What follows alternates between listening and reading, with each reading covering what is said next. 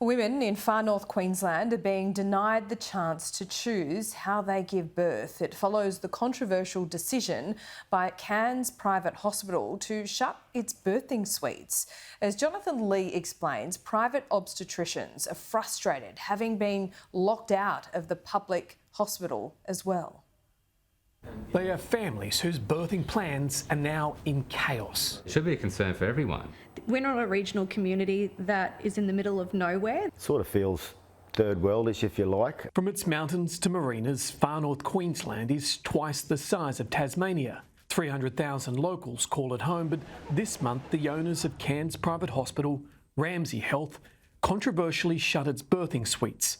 Obstetricians Liz Jackson and Dr Anusha Lazari now have nowhere to deliver the babies, are privately insured local mums. The level of anxiety, you have no idea. It's a third of the state. So the top 1,000 kilometres of Queensland, there is no ability to have a private birth. Leaving local mothers-to-be with two options: either go public or drive 4 hours south to Townsville Private, which is exactly what we found the Calannas about to do.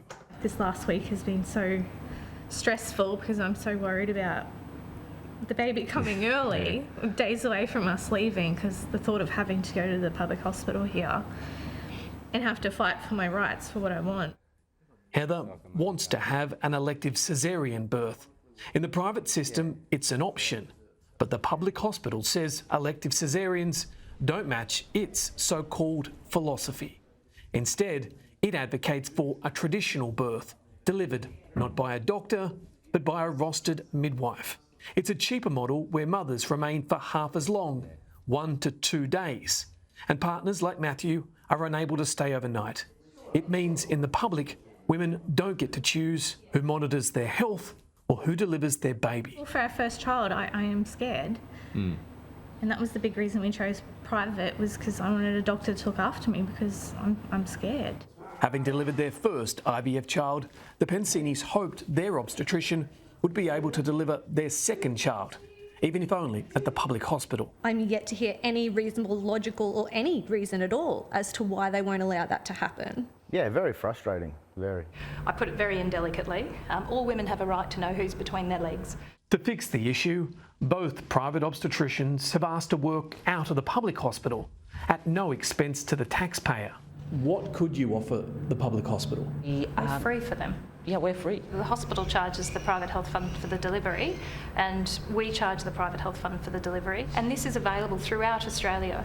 The CEO of Cairns Public Hospital isn't interested. My responsibility is not to ensure that there's a sustainable private offering within the public sector. To help the hospital meet the extra demand, the state government recently allocated an extra $11 million to lift staff and services. Gino Pecoraro is the president of the body which supports obstetricians. He's also sceptical. He advised the new health minister months ago on how to remedy the situation to prevent what he believes will result in the private obstetricians leaving the area for good. You can bypass this if you give admitting rights to the private doctors in the public hospital. And initially she said, well, that's a no-brainer, Gino, we should do that. She was very enthusiastic, and yet something's happened now, and she says that it's not up to the minister.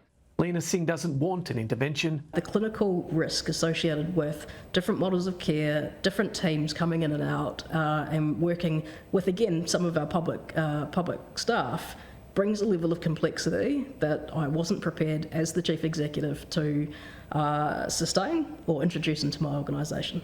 Gino thinks the hospital needs all the help it can get. Advertisements coming to my email address daily asking for locums to go and work in Cairns Hospital, which would suggest to me that they don't have enough obstetricians there now. The CEO rejects the maternity unit is struggling, but admits it's happy to ask private patients to donate their private rebate to help out. What does that get them that's extra?